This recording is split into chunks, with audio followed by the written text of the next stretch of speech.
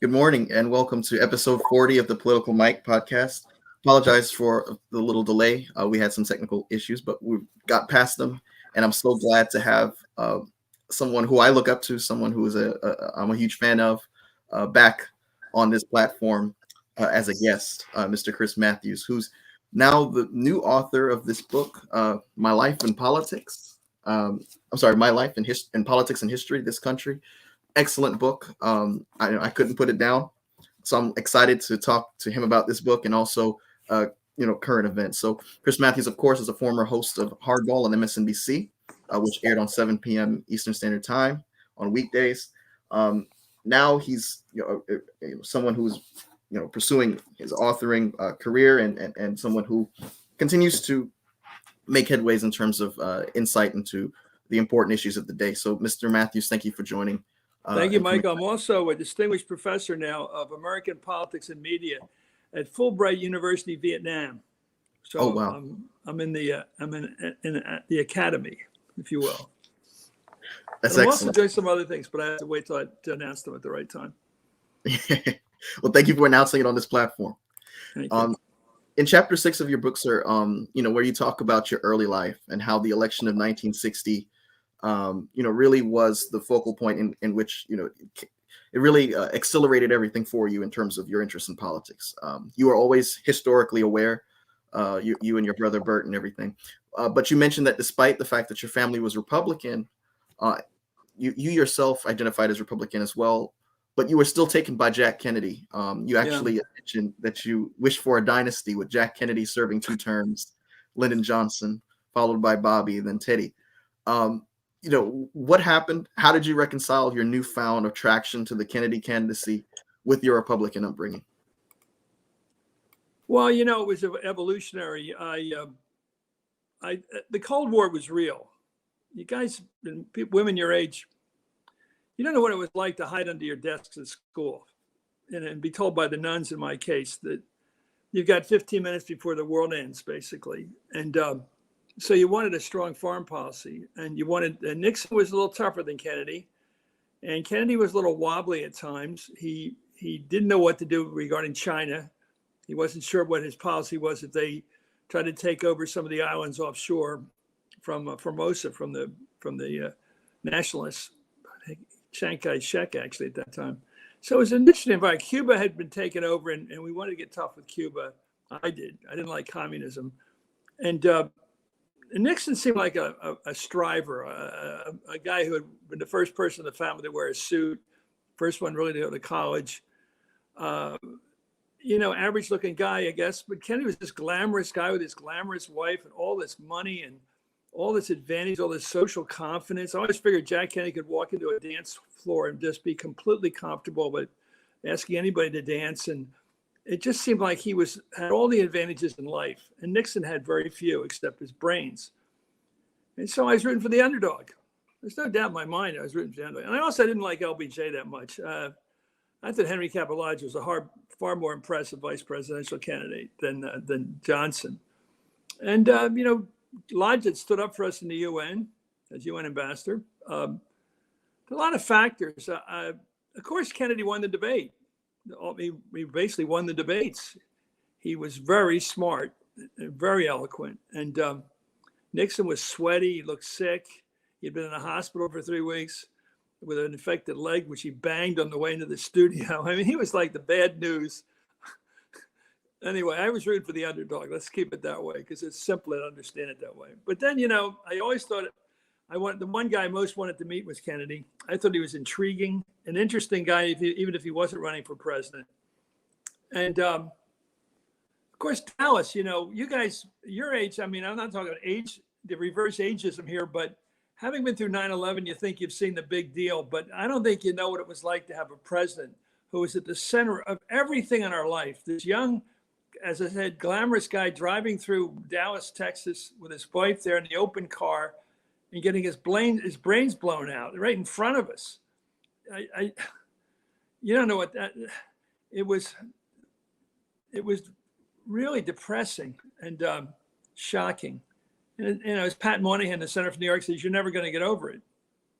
He said it to me. And I think those who were on the other side politically took it especially hard. I guess we had a sense of guilt. We knew Lee Harvey Oswald did it. He was infatuated with Castro. But I think that probably had a lot of influence over my life politically. Dallas. And maybe it shouldn't have, but it did, you know. And another influence in your life that you mentioned was Swaziland, chapter 11. Oh, yeah. Your trip Well, abroad. imagine you're 22 years old and you're this skinny kid with long hair. Well, it got longer because there weren't any barbershops over there that I was going to go to. But in fact, my hair is completely shaved almost one time. The guy wasn't exactly subtle about giving haircuts. He just cut it off. But I had the best treatment in the world from these Swazi guys who were in their 40s. These were grown-up guys, and I'm younger than them, and they were the guys I was teaching and driving around a motorbike, actually, a Suzuki 120, and riding around and meeting these guys completely on their turf. And I know they'd be under colonialism and all that, but equal in a way that is unusual. And I was the outsider. I was the minority, if you will, in a sort of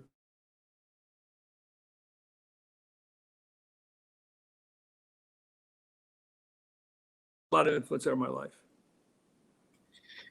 You also did a podcast called, So You Want to Be President. And I was thinking about that podcast as I was going through this book, particularly when you talked about Gary Hart in 1988, who, could speak French fluently, but because he was trying to appeal to the folks he was talking to, tried to refrain from that. And I think you had jokingly said to him, can you say something? No, that was Mitt Romney. Oh, I'm sorry. No, it was the same deal, though. He was very educated. I think he had done his Mormon mission in France. So he knew French. I mean, he spoke French. So I went up to him, and he also went to St. Paul's, a very elite prep school. Mm-hmm. So I went up to him when he was signing autographs on this big sheet of construction paper. It was a poster, actually. He was signing his autograph very calmly in his poplin jacket, very confident. And I whispered to him with the camera right next to me, focused on him. I said, can you say, let them eat cake in French, like Marie Antoinette? And he whispers to me almost, I can, but I won't. So the guy is a little bit cool. I don't want to overdo that, but he's a little bit cool, And another comical point in this book was that when you talked about the 1992 campaign with Bill Clinton in the primaries. Paul Tsongas wins, I think, New Hampshire, but Bill Clinton gives a speech saying that New Hampshire made him the comeback kid. And then you're in a room, there's donuts on the table.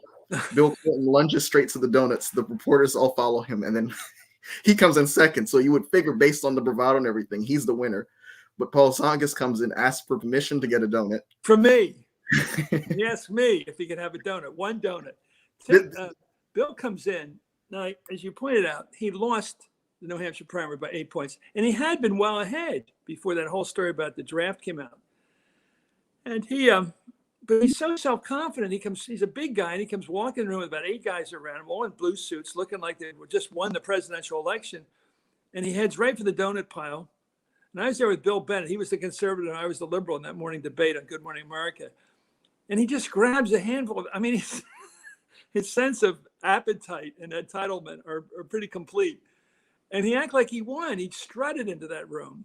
And Pongus comes in with his backpack on. He's like a school kid, and one other staffer with him, meekly arriving and asking permission to have some of the treats laid out for them. I just thought that was a great vignette, of where self-confidence in life can get you a long way. And humility doesn't necessarily work, at least in that case. Mr. Matthews, I do want to ask you about Biden's decision to pull out completely from Afghanistan and Iraq. Particularly, I was reading a political article, and it dealt with the fact that all Democrats and 3 senators have decided to, on the Senate Foreign Relations Committee, backed a bipartisan bill to scrap the 1991 authorization of the Gulf War and the 2002 authorization to topple Saddam Hussein's regime. Well, it's about time. It's about time. I mean, I think, you know, I mentioned earlier on, Michael, I've been teaching in Vietnam, and I've done it. I did 10 courses, for example, virtually in March. And one of the students, these kids are amazingly up on American politics. They, you know, how come you didn't learn your lesson in the Vietnam War? They call it the American War in Vietnam. You come into a country, you knew you're going to leave eventually, so you're going to lose eventually. It's as simple as that. When you leave, the people who are still there take over. I mean, you can't change a country's course of history. I mean, maybe the British did that with India after 200 years or something. They did really sell democracy. I'll give them credit for that, whatever you think of the Raj, but at least they had some influence. You still have the party politics in India now. You still have democracy, and it's a rare thing in the developing world. And India's done pretty well under democracy. And you know, I think the idea that you go into a country and change it and then everything's going to be swell. No, when you into a country, then you come home, and you're left. People are left the way they were when you got in there. So the Taliban's still there. And I think that Vietnamese student was right. Why don't we learn our lesson? You can't go into a country and think if you're going to leave, you're going to keep an influence in that country. Eventually, the forces that led you in are going to survive you. Yeah. You know, it's just a fact. It's arithmetic. We leave, they stay, they call the shots. We leave, the Taliban takes over again. It's just logic and common sense. And yet we keep trying to do it. What were you going to do in Afghanistan? Rebuild a country according to Western values with women's rights and all the things that we've come to value over centuries, finally getting to this sort of at least an effort in egalitarian society. And, but you know, we keep learning that lesson again. I think the fact we're pulling back on our authorization of the President of the United States to go to war in the Middle East is probably a good law, a good change in the law. Because I think people like W were able to abuse that. I mean, I thought the war in Iraq was one of the, as Ted Kennedy said, the most important vote of his life was voting against that war. We just keep doing it again and again and again. We think because we have all these big guns, all this firepower, this fantastic military, which will do anything they're told to do, basically. They'll follow orders if they're legitimate orders. And we think, well, why not use them all the time? It's too handy. I think our military is too handy, too available to the wrong presidents, you know. So yeah, I think it's great to withdraw that authority. And George W. Bush, who's been, you know, pretty much quiet since his, you know, departure from the presidency, you know, he came out and said, "You ought to be quiet, mistake." Michael, you ought to be quiet. You know, maybe when you make huge mistakes, just go away for a while. And Dick Cheney, I don't know if he's learned any lessons. I just don't think so. Do you think he wouldn't do it again? Come on. He'd do it again. What do you think the Republicans, you know, if they had their way? Lindsey Graham came out and said this is going to be the worst mistake Biden made. Would this harm the Democrats politically down the road? Yeah, I think it's going to be hard. Look, just because it's the right thing to do, we've been there 20 years, doesn't mean we're not going to pay a price. And here's what's going to happen, Michael, and it's not going to be pretty politically. And I think Biden knows this. When women start getting abused over there, when you start seeing things like movie theaters being shut down, more importantly, schools being shut down to women, perhaps some retribution to women even because these guys are red hot. You know, I don't know how bad it's going to be, but it's going to look terrible. It's going to be terrible. And it will be blamed even by the New York Times, top of the fold with the pictures on Biden. They may not say he's a bad guy for doing this, but they're going to play up any travesties that go on over there, and they should, whether it's to our interpreters, those who have helped us, or to women generally because of the sex, Taliban's belief in the inferiority or superiority of men, the domination of men. It's going to be awful, but the alternative is to stay there indefinitely and blame it on the next president. And one thing I've seen in my lifetime is the tendency of presidents to kick the can down the road, whether it's starting with Eisenhower, Kennedy, Johnson, Nixon, Ford tried to do it.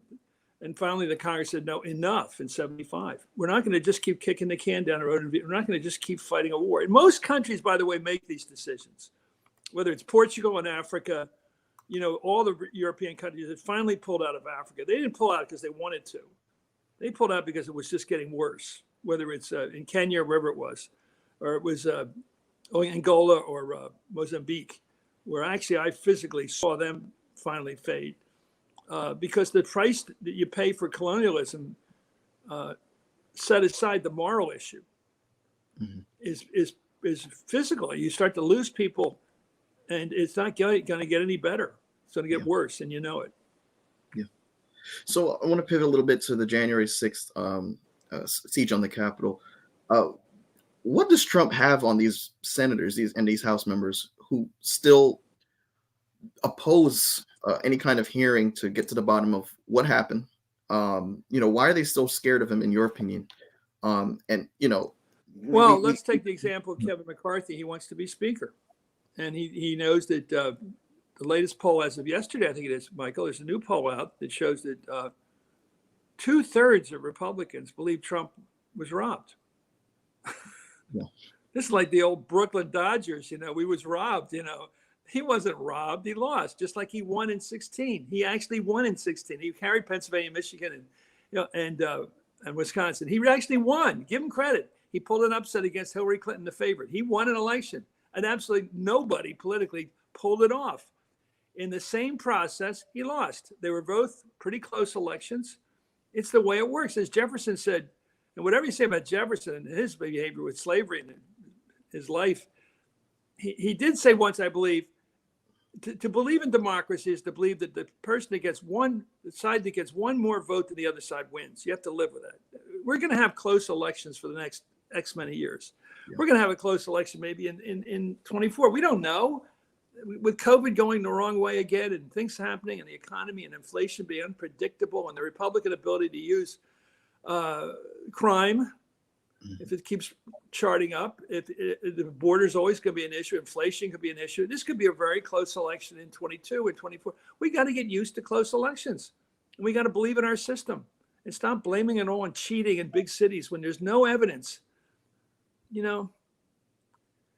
And I think in blaming incidents of one or two cases and say, well, that's why 10,000 votes went the other way. No, you can't play that game. You can't say because it's not perfect, it's crooked. Just something, remember I don't know if you've ever heard it, but the perfect is the enemy of the good.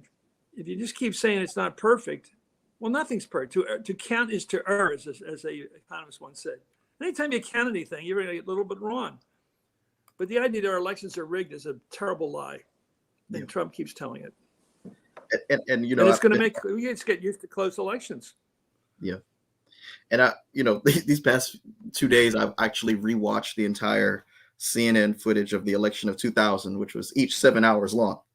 And I was just thinking about, if we were to have that thing replicated, what kind of, repercussions would come from such a narrow election where, you have. Okay, here's one for you, Michael. Okay, so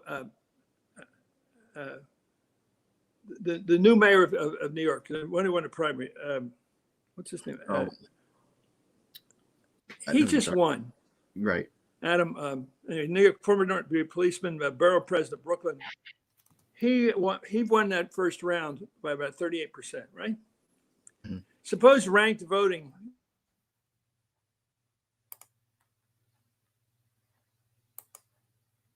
We got some tricky situations, not even counting ranked voting.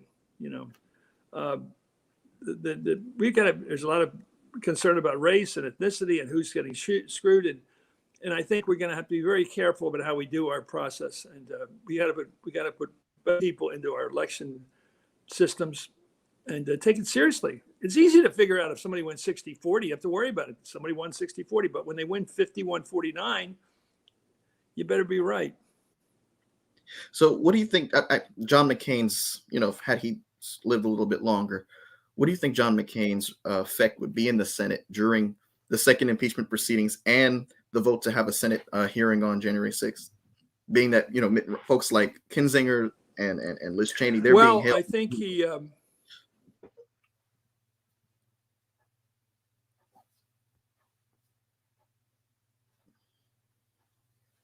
results in 2020, and he wouldn't have gone along with Trump. Trump tried to humiliate the guy and said he was not a war hero because he was captured. Well, he didn't run up with his hands in the air to the other side. He was shot down over the enemy capital. and fished out of the water by a bunch of people trying to beat him up. I mean, not only did he break his arms and legs and a bunch of other places, but when he kind of splashed to the surface of that lake there, they all swam out to get him and started beating him up. I mean, he wasn't exactly a chicken. You know? Yeah. And for Trump, who dodged the war because of his bone spur, to make fun of the guy and take away from all those years in the Hanoi Hilton being basically held up in the air by his arms in a way that would torture him. Look, he can't even, I think he couldn't really put a shirt on. There's things that John McCain physically, like Bob Dole, couldn't do in their whole lives after the war. They just physically were limited because of what happened to them in the war. And I don't know. And also, let's be fair, John McCain had a temper too, which that would have been interesting. I think there would have been some revenge there, in addition to the goodwill and the honest politics of questioning Trump, because Trump's a bully. Yeah, and he loved making fun of his opponents, their looks, their manners, and schoolyard stuff. It's just like I remember it in school, in grade school, out on the pavement, out on the blacktop, the nuns called it, where the bullies, there's a guy named Moose who would walk around, his henchman would come around the blacktop saying, if you said, who's Moose, they'd haul you before this guy. I mean, it wasn't the worst neighborhood in Philly, but it was street. And that's sort of like Trump's behavior. Who's Moose? So, one of the things that you highlight in the book is the fact that you were able to have a front row seat to the end of to the overthrow of the Berlin Wall, to the end of the Soviet Union. You have, a generation of Republican, hawks back then who I thought would be appalled at the kind of comfortableness that the GOP today seems to have with Russia meddling with our elections and interfering. Isn't that strange? Isn't that strange? Because I think the Cold War ended in 91 when Boris Yeltsin stood on that tank facing down the Red Army. That's when it ended. That's when the Soviet Union came apart. But that guy, Putin, is like one of these Southern guys that thought the war among the states had never ended. They're still fighting the lost cause. I mean, that guy, Putin, looks like a KGB interrogator, tightening the screws or whatever, giving you a shot or whatever to get the truth out of you. He hasn't changed.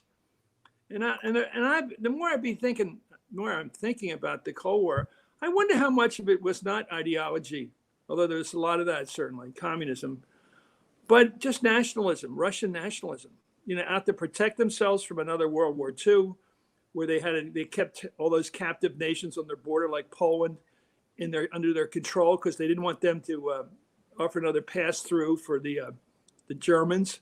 They had a lot of history they had to contend to, but they're also nationalistic. They want to be the big shots. I mean, Khrushchev said, "We will bury you," and all that stuff. That was Russia talking, not necessarily communism. So maybe the more we look back at the Cold War, it was a battle of nation states against each other. Russia wanted to rule the world. They had plans, and they would use wars of national liberation to get there. They'd use the alliances with people like Ho Chi Minh. They would use anything, Castro, Ben Bella in Algeria, countries around the world. They'd use them just for their own national purposes. Mr. Matthews, what do you think about the politics of coercion? With the country almost seeming like we were celebrating the end of COVID-19, changing the lives of everyone, restricting everyone from doing what they wanted to do and going outside and interacting. You now have, governors like DeSantis in Florida, you have Greg Abbott in Texas, Kristi Noem in South Dakota, taking these active stances. DeSantis using the phrase, "Don't Fauci my Florida" on one of his souvenirs for re-election. Do these governors who are taking this stance against the CDC and this rebellious cause against the Biden administration's guidelines, does that work for them favorably, down the road 22 for their own personal ambitions, maybe presidential hopes? Well, I think, Michael, you're onto it. I think there's going to be a lot of bitterness about having to put the mask back on. I'm up here in Massachusetts. They're already doing it. It's not rigid, but it's pretty much put your mask on if you want to go into a store. Anything inside. I think people felt a little euphoric about a month ago. We're getting out of this, and now to be thrown back into the pit of the wearing those damn masks again. You know, most people don't like wearing those things. You know, and yeah, I do it, but we don't like it, and it does restrict our freedom. But we have to do it, and I think there's going to be some resentment, and they're going to exploit it. Especially we have a cowboy country. We want to drive our own car. We want to live in our own house. We want to be, you know, and you have a right to a gun. They're going to use it. We're cowboys, and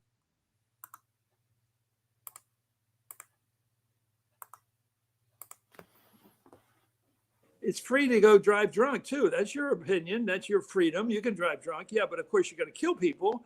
And so it's not all about your personal freedom. It's about your social responsibility. And we're not used to that, you know. We're not used to being told why you have to do this, because it'll kill other people if you don't wear that mask or you don't get vaccinated. You're killing other people in this pandemic. And we have to and we're learning social responsibility has to work hand in hand with individual freedom. We got to balance it out. And it's not easy, because we usually like to say, yeah, all things equal, you can have your gun.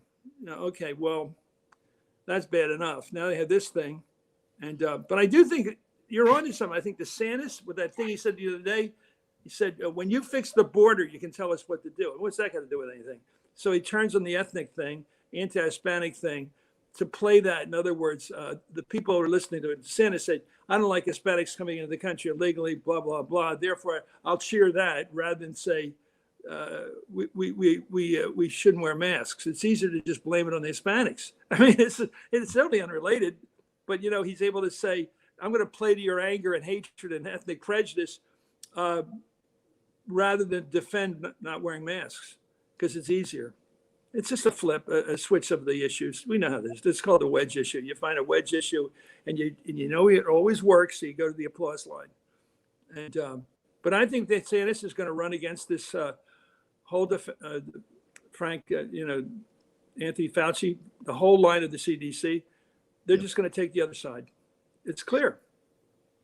So if you were on the Biden political team, you know, gearing up for 2024, say it's late 2022. Who would you be afraid of most? Would it be DeSantis? Yeah, right now. DeSantis and Nikki Haley. Yeah. That'd be my ticket. Because I think he has to bring in not just the Trump vote, but the hawkish vote. And a woman, I think the Republicans know they got to put a woman on the ticket. I think. And conservative women do pretty well politically. The first woman president in our history is probably going to be conservative, like Angela Merkel or Golda Meir or somebody. It's going to be somebody who's tough, somebody who doesn't scare people for being too liberal, you know. Yeah. But I don't know about the ethnicity thing, because she's Indian American, and I don't know. I think that's not going to be a problem for her and their conservative party. I think like Tim Scott. I mean, they have their way of allowing for ethnic differences if they conform to their beliefs. You know, it's interesting.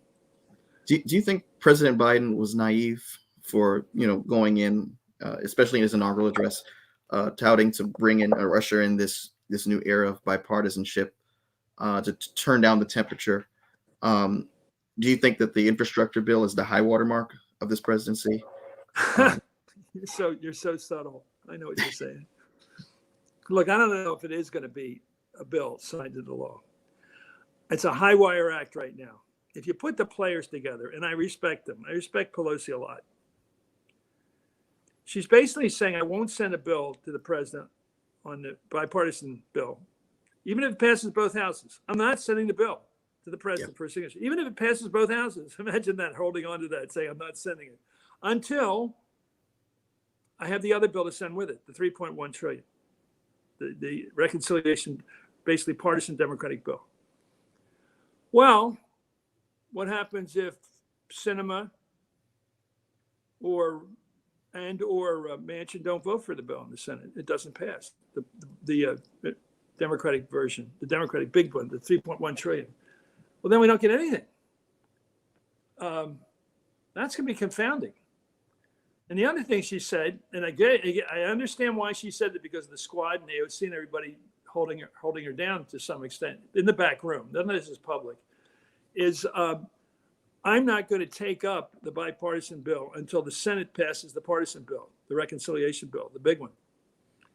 Well, this is a high wire act. It could well be the only way to get both through, or either through, both houses, is to get both through. But that's a big claim, you know. We'll see. It's going to be tricky.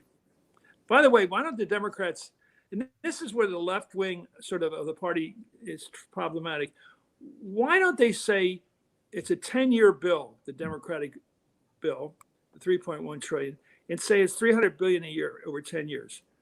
It wouldn't seem so huge. And it is, in fact, a 10-year bill. So why don't they say that? I mean, I'm just old school. I'm just thinking the way you sell something, a car price, the lower the better. Make the price tag less. I mean, why make sticker shock your purpose? I don't get it, except I think the Bernie Sanders of the world, they want a revolution, as he says, a revolution. And they want something really big and socialistic, at least, change the structure of our society. And they want it to be so grand that it scares people. I guess that sells to the very hard left, but I don't think it sells to most people. They want to be a little prudent and know that we're not going to have inflation because of it. But the Democrat, and they never talk about the projects they're going to work on with infrastructure. They just talk about how much it's going to cost. I mean, who's going to buy a car if all they know what it costs? They want to take a look at it. They might like to do a test drive even, but they'd like to know, in other words, it's mileage or some other information about it, or consumer reports. They want to know a little more about a car they spend $40,000, $50,000 or more on for. So, you know, I think that they're not really good at marketing, the Democrats, for some reason. Maybe it's the way the Republicans sell defense. As long as we spend a lot of money on defense, then we're going to be safer. It's, you know what I mean? It's like, let's spend trillions of dollars on defense, then we'll be really safe. Well, maybe. What are you going to use with that money for? What are you using the money for? Is it going to be cyber war you're looking for? Or are you going to worry about something that's really an imminent threat or not? Or just waste it on more tanks, more, you know, aircraft carriers, which the Chinese will be targeting the minute they get anywhere near them. So I worry about that one too. I worry about us actually getting into a military encounter with the Chinese, who have missiles capable, I think, of sinking our ships. Yeah. And that will be embarrassing, to say the least. It'll be dangerous. It'll be horrible. So before we even got to what, you know, is now called the skinny bill, which is the current infrastructure bill that Manchin finally came around on, everyone it seemed like, you know, the Republicans were really framing this narrative that the Democrats are prioritizing things that have nothing to do with infrastructure because of the phrase human infrastructure. How do communities actively combat the deflection tactics of the GOP, like force them to stay on topic? Well, you know, they've made some progress there, because I noticed that the Republicans, when they talk about hard infrastructure, traditional tunnels, roads, bridges, that they're now including Wi-Fi. Kind of interesting. That's a generational shift. And they're doing it. You're laughing, but that wasn't on the list 5 years ago, maybe. What's that got to do with the price of bread? You know, why were you doing infra? Well, because some communities, like, they didn't have electricity in the old days. And so we got the Tennessee Valley Authority, rural electrification, rural mail delivery. A lot of things in particular communities that aren't the ones, the communities that make a lot of noise. Well, today's parents are concerned that their kids are being kept out of it, you know, by some digital gap, which they are. And so there is some progress, but when it comes to childcare and stuff like that, that's more of a reach. And, you know, but I've heard the phrase human infrastructure for 20, 30 years. So it's not old. It's not new to me. Workforce. Here's your infrastructure. You have to have a reasonably capable world. Why do you think companies go to different parts of the country to open up their big companies? Yeah, they know where there's a pretty good workforce that's educated, good public schools. You know, they know what they're doing. You know, and we know the states that lag all the time in that area, the Mississippi's, for example, they just lag in education. You know, I was remembering a New York Times op-ed written by David Brooks. This is back in January, February of this year. And he was basically making the case that 2021 could be the reverse 1981, the alternative 1981, where just as in 1981, you have this new era where people are accepting this philosophy that government should not be so heavily involved in their lives. You have more of an electorate that's open to government intervention now. In February, Senators Mitt Romney and Tom Cotton, introduced a bill proposing a path to a $10 minimum wage. The following month, Rubio announces his support for an Amazon unionization effort in Alabama. Then you have Senator Josh Hawley pushing for far-reaching antitrust bills that have more traditional conservative shudder. Now, are we entering an era where the GOP is actually embracing government intervention more? Being that Trump, he had this populist appeal in his rallies, but he really governed like a Reaganite. Are we heading towards that direction? Well, I don't know. I think we've accepted the role of the federal government to some extent with COVID, with the pandemic.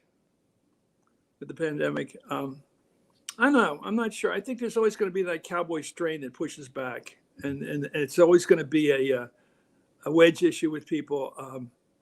They certainly want the federal government to stop illegal immigration. That's what they want. They want walls put up and more armies put to the gate. They'll close the gate. Yeah, we know that. There's certainly conservatives like to see the military in action and well financed. So they do like a big government for certain things. But I think there's still this tendency to push for self-reliance, if you will, to oppose social programming. Certainly, they don't like being told that they don't want to hear about critical racial theory. They don't want to hear anything. But none again, and that's all been misrepresented. That's a higher education area. It's a higher education issue. It's not a school thing. Yeah, I guess I don't think there's going to be a big ideological shift to the left, if you will. I think Bernie was not going to get nominated. I don't think Elizabeth Warren was not going to get nominated. I think there's going to be pockets of the country that are pretty far left, almost to the European level of socialism. That's not that drastic, but over there, Scandinavian model, big social net. Will the Republicans run against that? Yes. So I guess I don't think they're going to change their minds. It may be technical, but the ideological struggle in its cultural sense is going to continue. There's always going to be a culture war between too much government and not enough government. No, I think Republicans are going to be the cowboy selves. They want their guns. They do want to outlaw abortion rights, but that's another anomaly. But they've had no problem with that anomaly. And they'll never get hurt on that because the courts will protect them. As long as the courts legalize abortion and the Republicans say they want to stop abortion, they win politically because they don't have to do what they say they want to do. Right. In other words, they get credit among pro-life people.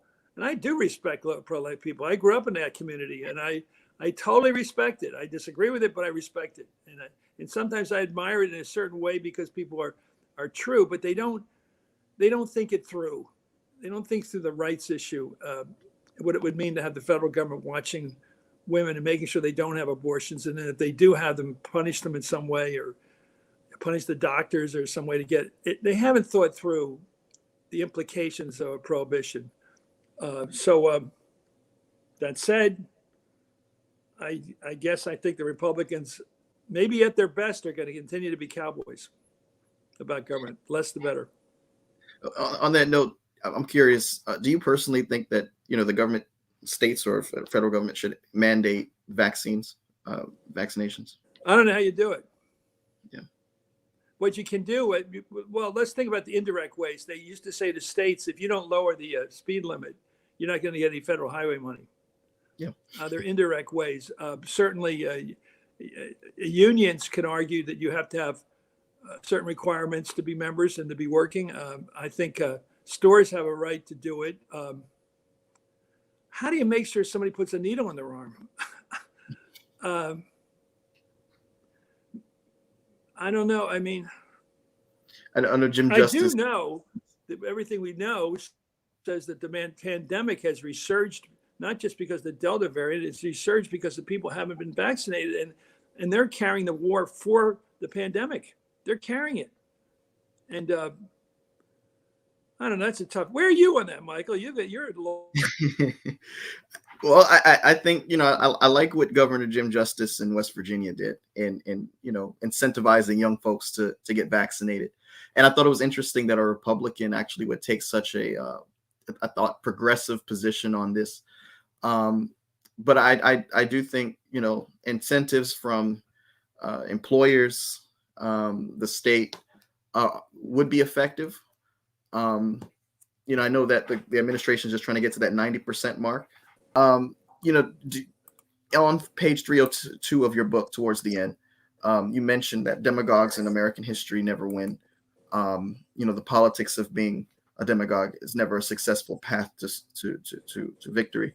Ultimately, do you think Trump will go down in history pretty much like Senator Joseph McCarthy went down? Whenever folks hear Joseph McCarthy's name, it's not mostly as a crusader for an anti-communist crusader, but someone who has, like your father said, went a little too far. Yeah, I think that's I think McCarthy was a drunk, and I'll say that's not a good career path either, being a drunk. I mean, he drank all the time, whiskey all day long. He didn't go out social drinking with his buddies. He's drunk all the time. And Bobby Kennedy, who loved the man, would go visit him, and he was just incoherent in the daytime. What was said about McCarthy was, it's interesting because there may be a parallel. The question is whether he really believed any of it. He knew he was riding the tiger. He knew there was a real communist world out there. There was a real enemy. And to some very limited extent, there was some fifth columnists in our country, very limited, like Alger Hiss and a few others, Elizabeth Bentley, some others. And they've been caught trading information for money or whatever to the Soviet Union. Trump, I don't think he cares about abortion rights. What does he care about? He may have some ethnic prejudice that he exploits, but he has no problem with hiring illegal workers. He has no problem with that. So what is he? What does he really believe? Is he a nationalist? I don't know. Is he a patriot? I don't know. I don't know any reason to believe that he's any different than most people in terms of his emotions. Does he really have any? Is he a complete fraud? Now, that's always a dangerous proposition, a complete fraud. Or does he have some instinct in these directions that he's exploited?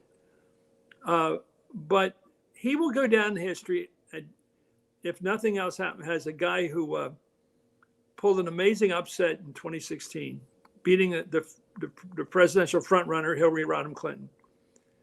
Beating her narrowly, losing the popular vote, but winning the general election in the Electoral College. He'll go down for that. I think that's his historic moment. And I go back to my favorite example is the Swedish boxer who beat Floyd Patterson back in the 60s, this Swede who came out of nowhere. He had one good punch, his Sunday punch, his thunder and lightning punch, he called it. He had one good Sunday punch, and he knocked out Patterson, who had a reputation for having a glass jaw. But then Patterson came back and whipped him twice. Is he a fluke? Is he just one of those one-offs, one song wonders of the pop groups? We'll see. I think he's fading. I think he's getting older. That's a fact. I think he's getting less healthy. If he's a serious man, why does he keep eating? I mean, really, it's a common sense question. Why is he eating so much? Why is he chomping on cheeseburgers all the time?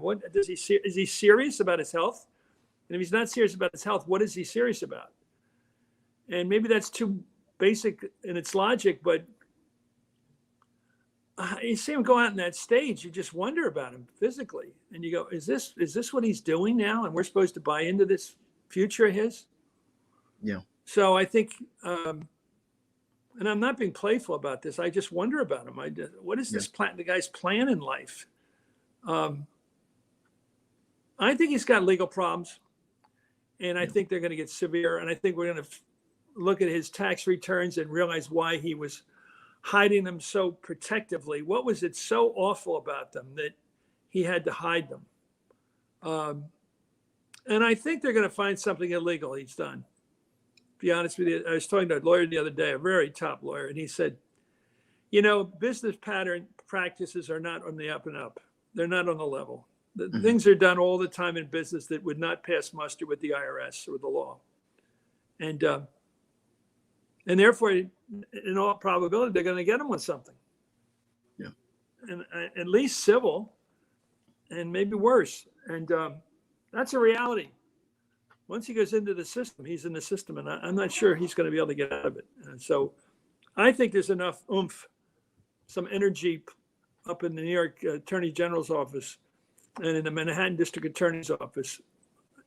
You wouldn't want to be in the target zone of those two organizations, because we know he keeps two sets of books, don't we? Yeah. One for investors and one for the law, the IRS. And then I've heard that's a common practice, but it's not going to sound that good before a New York City jury. He's not going to have a jury of his peers. He's not going to have the Fortune 500 on that jury. He's going to have regular people that go, wait a minute. I worked very hard to get my taxes in last year and the year before, and I tried to be honest. And this guy, is he one of the good guys? I don't know. I would think he's got a long road ahead of him, and I wouldn't bet on him. So I go back to the question you raised. There'll be somebody else, and I think the Republicans have a good shot at winning the House next year. A little less than a good shot at running the Senate, which is going to be very close. Harold Macmillan was a British prime minister. I liked him back in the 60s. He's the guy who gave the great Winds of Change speech about Africa and independence and the end of white colonialism over there. And he said, events, dear boy, events. Things happen, Michael, that we cannot see between now and next November, much less November of 2024. I mean, things are going to happen in the world. And I wish they had a sports book, by the way, in Vegas where we could bet on elections just for the sheer fun of it. Put down a couple $100 on Nikki Haley to be VP in 3 years and see if you can get your money quadrupled, something like that. That'd be fun, be harmless. I don't know why there's anything wrong with it, but they don't, you have to bet. And I guess you can bet in England. But I'm betting on Nikki Haley having a future, and I think the Republicans would like to put a strong woman on the ticket. Yeah. And who knows? She might even win the nomination for president. I think conservative women are not willing to step aside, let the men do everything politically. I don't think that's in the future. I think Kamala Harris as a pioneer, is the first minority woman. I think she's starting something. However she does personally, I think she started something. We don't know where she stands, how she's going to do. Yeah. I always, I'm wrapping up right now, Mr. Matthews, but if there's anybody I wish I was 30 years old or even younger, and I was working on today, I would like to be working for Kamala Harris. That's interesting. I think that's a wide open opportunity. Because it hasn't been exploited. That's why it's a great chance. It's like when I went to work for Tip, he was down the dumps, and it was a great job. You want to go for work for somebody who is a work in progress. You want to work for somebody who's a little bit down, so you can have an impact on them. And I think she's got a real potential, but also a real vulnerability. And it's a fact. And but boy, what a great challenge to work on her and work with her. It just, I don't know what it's like, but there's a political opportunity for somebody. So I would call her up, and Michael. Definitely. And I always think, I always think in terms of what's going to happen in the next election. And I think it might come down to Kamala Harris. And I know it's beyond early, but Kamala Harris, Pete Buttigieg, maybe Eric Swalwell, Stacey Abrams, I think is going to be in the mix.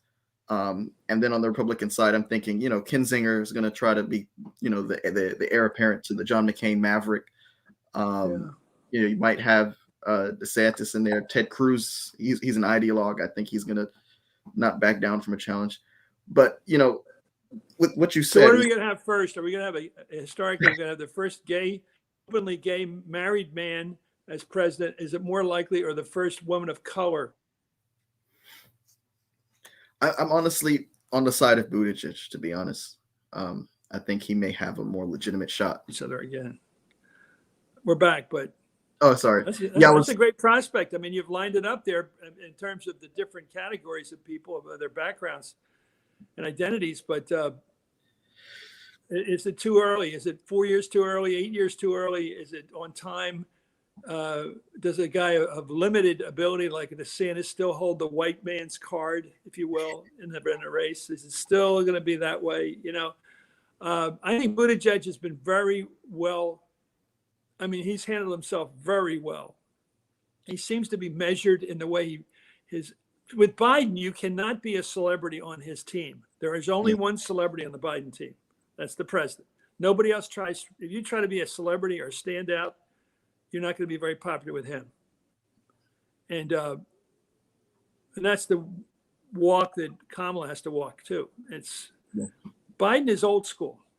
One boss, one hero, one celebrity, Joe Biden. Yep. And don't get confused. Don't get confused about that. Do you think, a lot of folks are saying Biden's not going to run for re-election. He might, pass the baton to Kamala Harris, let her finish his term. I want to ask about that. And also, being that, Trump seems to have some legal issues in the air. Do you think that he'll put his hat in the ring in 2024? And if so, would he be a better candidate than in 2020 if the economy's better, if we're out of this pandemic? What say you, sir? Well, I think I'm breaking up here, but my last thought is that I think Biden has to decide on a couple of factors. If Trump runs again and announces in early 2023 that he's running again, and Kamala is ready to run too, does Biden say, I don't think Kamala is ready to beat Trump, I have to run? Does he say that to himself? In other words, does he have to be contingent on what Trump decides? If, on the other hand, Trump says, I'm not running again, would Biden be confident that Kamala could beat a DeSantis, or does he have to run? We'll see. But I think it's things where I think Biden has to see what Trump's up to before he moves. It's almost like in a game of blackjack, you got to watch what the dealer's up to. Yeah. These metaphors only get me in trouble, but something like that. Well, Mr. Matthews, I just want to thank you so much for your time and everything. It's always a pleasure, Michael. Thank you. Good luck in school. Thank you, sir. Okay, take care. Bye-bye. You too, sir. And I want to thank you all for tuning in to episode 40 of the Political Mic. That was Mr. Chris Matthews, the author of the book, This Country. Please get your hands on this book. Excellent read. He's also the former host of Hardball on MSNBC. Just a fountain of knowledge. Again, Mr. Matthews, thank you for everything. Thank you, Michael, very much. It's an honor as well. Thank you. Thank you. I'm going to go ahead and conclude episode 40 of the Political Mic podcast. Thank you.